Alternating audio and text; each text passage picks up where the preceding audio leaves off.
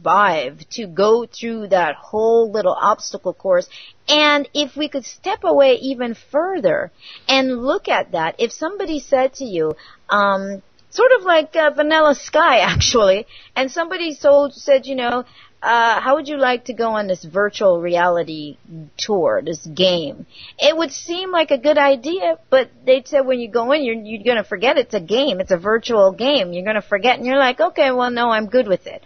Okay, well, that's pretty much what's happening right now. Mm-hmm. And you just don't remember. And if we can look again at mainstream science, whenever you want to validate some of this stuff, go and start digging into the research that mainstream science is finding, again, in terms of the brain, in terms of how our bodies operate, in terms of the cosmos, in terms of our connection, which I talk about oxygen and how that all ties in. But it's all interconnected, and it is all virtual. Nothing is solid. It is all fluid. Everything is in constant motion, but because of how we've been programmed to view everything, it all looks like it's very solid.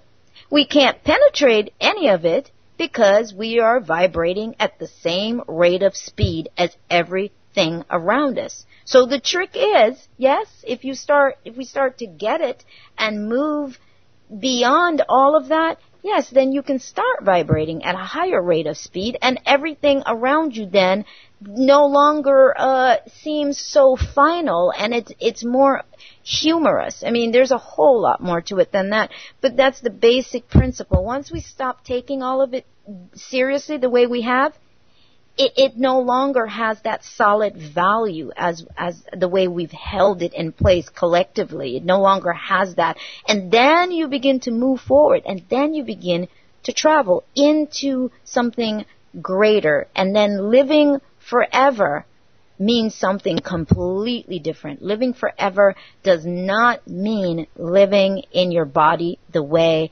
you think your body is. Your body is just unactivated. That's all. You just haven't woken up to the fact that your body is an amazing vehicle, an amazing piece of technology, that can transform. So, yeah, that's a whole other thing. We are talking to Sonia Barrett, author of the book, The Holographic Canvas, and you can chime in on this conversation by calling in 310-928-7733, or you can email innerlightradio@yahoo.com. I want to ask you about, you said that our bodies are not activated. Now, how important is it for us to really get into the brain and learn more about how our brain functions as it relates to other parts of our body?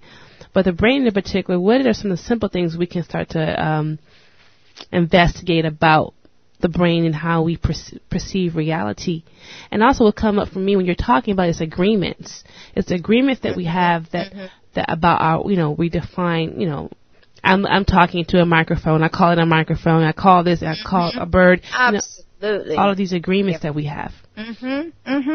Absolutely. Yeah, because I talk about that with, with money and free energy. It's all the agreements that collectively we've agreed that all of these things are going to be what they are. I go, okay, Halima, when we come in, we're going to agree that, this $20 is going to be worth whatever. Put a quantitative value on it, and energetically we've agreed on that. Well, it's the same thing with the whole planet. We agree, and that's the only way that everything is being held in place is by collective agreements. So there's an overall base collective agreement on reality as it exists, but it does not mean that you have to continue to hold as an individual then in the bigger scheme of things to those agreements. You're simply waking up and going, oh yeah, that's right, I forgot.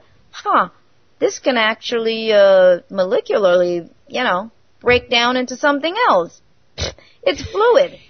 You know what I mean? So it's really that, and then the brain comes into play, because the brain then says, Oh, okay. All right. So now you're getting it. Okay. So now I'm going to have to reprogram your concept of reality, because that's what's happened. The brain has a, pre-programmed concept, which we all sort of get. We all get the same program. It's like an insert.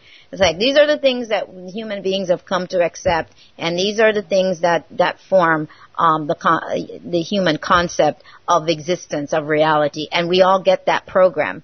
But individually, when you start to understand, you start to do a little bit more research and understanding how the brain actually works. Even though scientists will have some phenomenal bits of information, do not be limited to what you see. Allow the greater part of you, or the more expansive part of you, to show you more.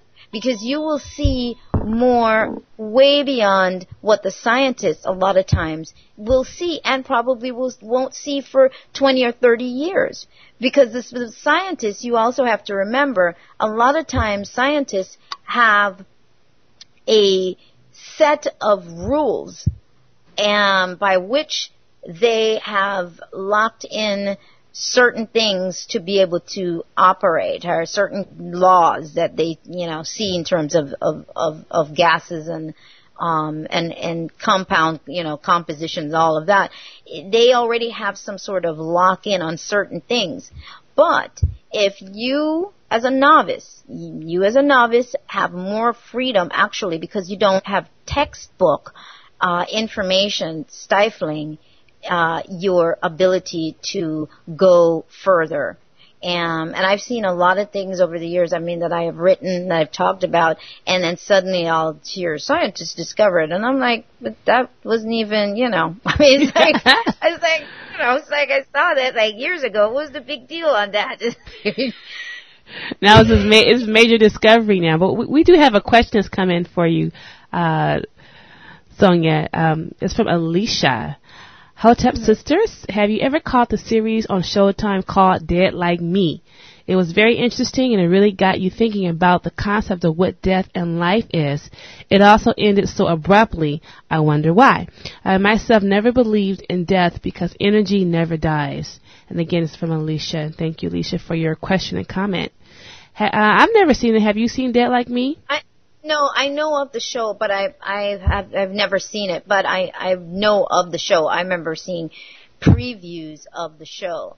And I think what you can take from a lot of that is the fact that, yes, energy, what is it that said it can neither be created nor destroyed, but it can be transformed from one form to another. So from that perspective, yes, there's no such thing.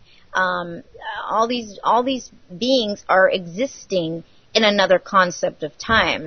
I've seen things like that through my own experience, just sort of landing somewhere else and recognizing that place was, all these people were dead, but at the same time they were living a life anyway, but it was just different from this one.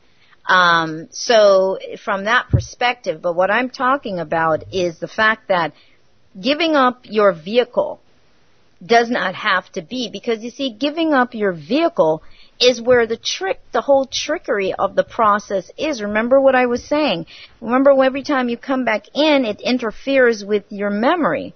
So having the human body only live for a certain period of time it became essential, because remember, your DNA has a certain, the programming and all of that. And so to make it live just for a certain time so that it doesn't revert back to its normal ability to live longer. Just the same way as, what was I going to tell you? I was going to tell you something about that. But, that's the same